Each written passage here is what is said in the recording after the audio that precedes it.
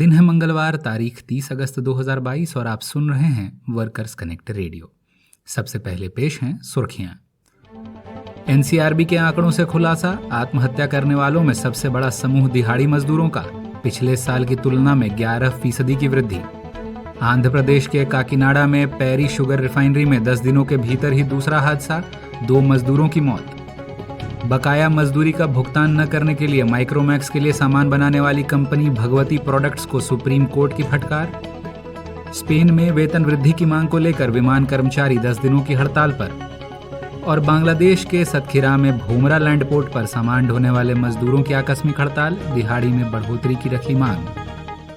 अब खबरें विस्तार से।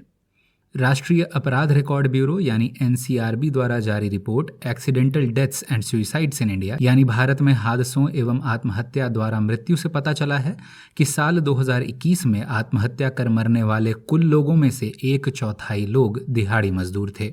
बीते साल 42,004 दिहाड़ी मजदूरों ने आत्महत्या कर जान दे दी। पिछले साल की तुलना में आत्महत्या से जान देने वाले दिहाड़ी मजदूरों में 11.52% की वृद्धि हुई है। पेशे के आधार पर देखा जाए तो स्वरोजगार करने वाले व्यक्तियों की मौत में सबसे ज्यादा वृद्धि देखी गई, जहां आत्महत्या कर मरने वालों की संख्या 16.73% की दर से बढ़ी है।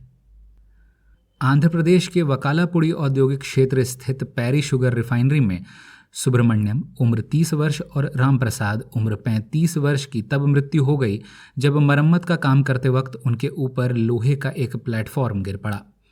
बताते चलें कि फैक्ट्री में यह दूसरा हादसा है। इससे पहले 19 अगस्त को एक रिएक्टर में विस्फोट के बाद 2 मजदूरों की मौत हो गई थी और 9 मजदूर गंभीर रूप से घायल हो गए थे। कारखाना निरीक्षक द्वारा मामले की जांच पूरी होने तक रिफाइनरी को बंद करने का आदेश दिया गया है।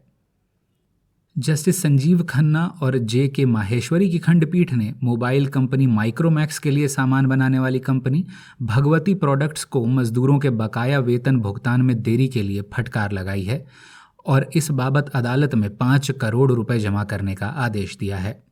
इससे पहले अप्रैल 2022 में उच्च न्यायालय ने औद्योगिक प्राधिकरण यानी इंडस्ट्रियल ट्राइब्यूनल के उस आदेश को बरकरार रखा था, जिसमें ट्राइब्यूनल ने कंपनी को उन सभी 303 मजदूरों को दोबारा काम पर रखने के आदेश दिए थे जिन्हें कंपनी ने गैर कानूनी रूप से साल 2018 में काम से निकाल दिया था।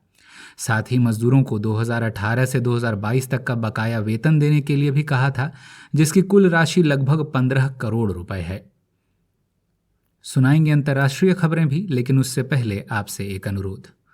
वर्कर्स कनेक्ट रेडियो एक नई पहल है। श्रोताओं तक हमारी पहुंच बहुत सीमित है। यदि यह खबरें आपको लाभकारी लगें तो अपने स्वजनों के साथ इसे शेयर करें।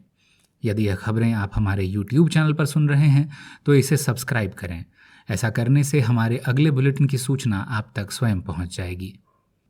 अगली खबर स्पेन से, जहां राष्ट्रीय विमानन एयरलाइन इबेरिया एक्सप्रेस के कैबिन क्रू के कर्मचारी 28 अगस्त से 10 दिवसीय हड़ताल पर चले गए हैं। बजट एयरलाइन प्रतिद्वंदियों ईजी जेट और रयानएयर के कर्मचारी पहले ही वेतन में वृद्धि और बेहतर कार्य जीवन संतुलन की मांग को लेकर हड़ताल पर हैं।